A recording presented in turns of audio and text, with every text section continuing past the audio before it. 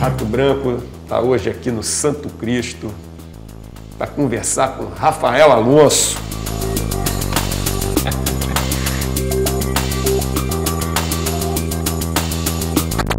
Que doideira, assim, né? O ano de 2020, né, cara? Tinha, assim, a promessa de muitos acontecimentos, assim, por exemplo, aquele trabalho do Rato Branco, né, cara? Que foi aquela parede não, né? O todo, assim, né? Que foi a partir do convite de vocês, entender o que era o espaço que eu já tinha frequentado tantas vezes, em tantas exposições e festas, de repente participar fazendo um trabalho. E foi muito maneiro começar a pensar como a pintura pode se acoplar a diversos momentos da minha existência. Eu tinha tido umas experiências, né, com pintura fora da tela, dos murais do Parque Lage que eu tinha feito em 2019. E de repente vem aquela garagem, assim, né, com uma luz de bar, luz de garagem na Lapa, que vai ser interferido por som, por noite. E aí eu fiquei me lembrando das minhas nights lá de Niterói, mais especificamente de um lugar chamado Convés, que era um bar todo meio pintado à mão, meio estranho. E aí comecei a chegar nessa ideia de um hipercromatismo do bar, assim, né? Como se fosse um salão de dança de reggae, alguma coisa assim.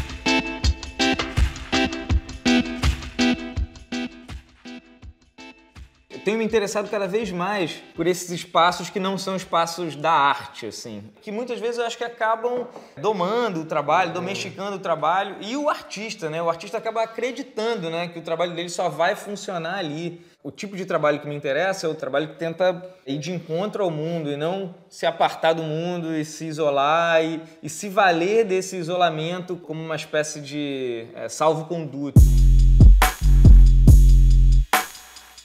A questão é a seguinte, é um humor que não vai rir do outro, né? Eu tô rindo de mim com você, assim, né? É um humor que trata de desengessar as articulações, pelo menos o que eu tento, assim. A chave que eu consigo achar para me autorizar a pintar, eu acho que é rir um pouco da patetice, assim, rir do bigode. Não é possível, eu não posso só falar de campo de cor. Como é que eu vou conseguir encaixar essa espécie de formação medíocre no trabalho de pintura, né? Não dava, né? Até uma hora que começou a dar. E eu acho que é a hora que o meu trabalho começa a ficar mais interessante para mim e eu acho que para quem tá vendo também. Existe aí uma honestidade comigo mesmo. Então o trabalho deixa de ser uma fantasia histórica, alguma coisa assim, e vira um acontecimento daqui, sabe? Do mundo.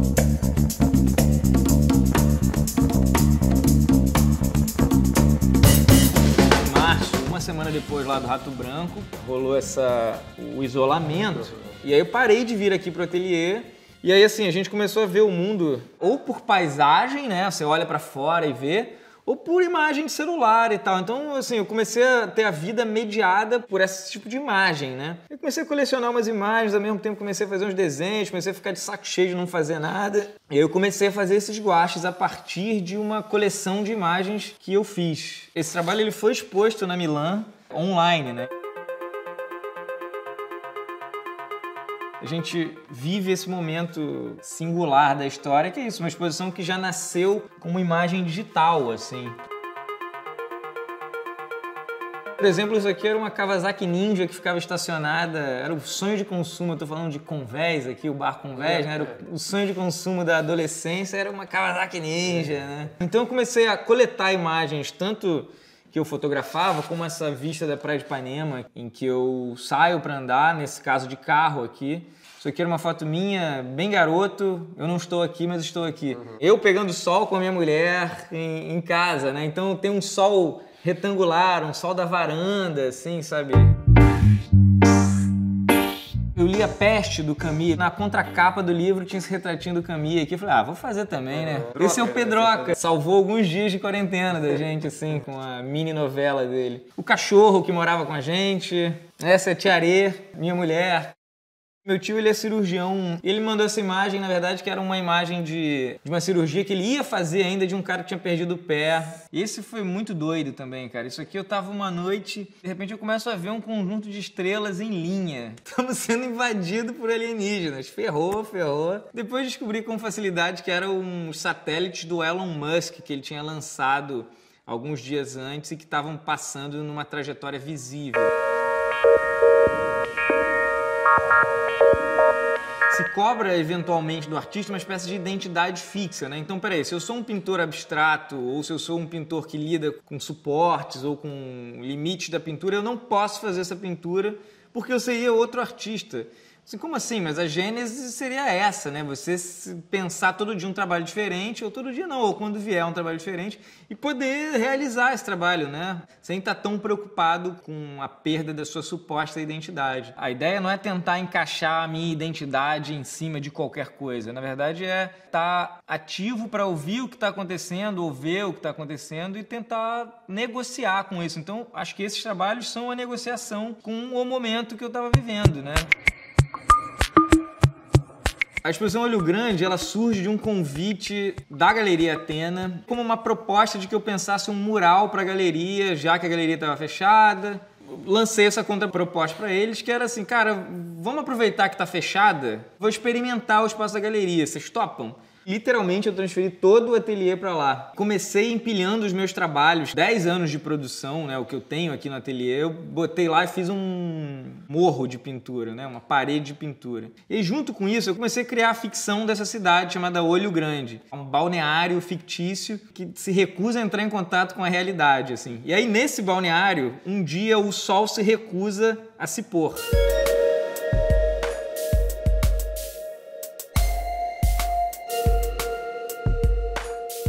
Acho que o trabalho foi todo de pensar como eu poderia ser vários, né? Como aquele ateliê poderia ser o meu ateliê, ao mesmo tempo era um espaço cenográfico, assim. Por outro lado, acho que foi a exposição em que eu mais pintei. Eu pintei parede, pintei piso, pintei cacete, assim, né?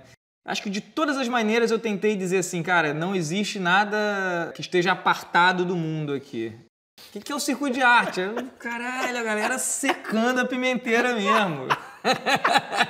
E eu incluído, assim, eu não tô me excluindo. Aí que é a parada, assim. Sou eu, é meu. Eu não tô fazendo uma crítica apontando, esse cara aqui é um olho grande. Eu também, claro que sim. Um olho gigante, no meio de uma pandemia, fazer uma exposição daquele tamanho. É o meu olho grande também. Isso acho que ficou muito evidente pra mim ali, assim. Cara, é isso. Não é possível não olhar para si mesmo, assim. E aí vieram as araras, né? Essas araras que vocês estão vendo aí atrás, começaram a acontecer lá.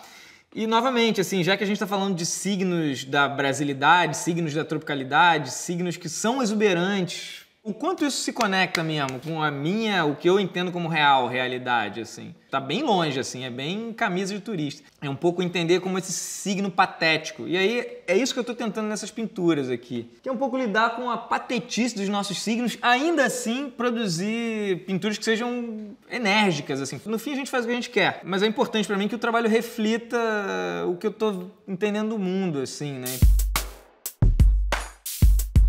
Uma parte muito importante da vida do artista são as trocas que ele faz, né, com os seus colegas, seus pares, né? E aí tem a Lúcia que me convida para esse livro, que eu acho que aí é a parte mais importante, assim. A Lúcia foi importante para mim na vida, assim. Trabalhei para ela 4 anos como assistente, justamente num momento em que eu tava, assim, cara, super descrente, muito cínico, não acreditando nem em arte, nem muito menos em circuito de arte, né?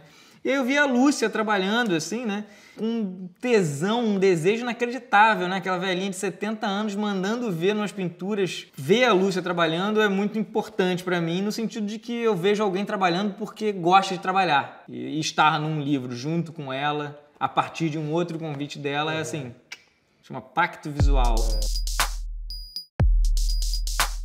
Sabe, num ano tão maluco, ter conseguido produzir com vocês, com a Lúcia, pensar, sabe? Tinha a entrevista da Luísa e a entrevista da Luísa me deu chance de pensar sobre o que era a minha relação com a Lúcia. Isso foi, pô, foda, valeu, sabe? Poder sentar a bunda e escrever sobre isso, pensar sobre isso. Então, cara, num ano tão maluco, ter conseguido fazer essa diversidade de coisas foi bom. Foi bom. Rato Branco TV, arte, música, etc. Rato Branco TV.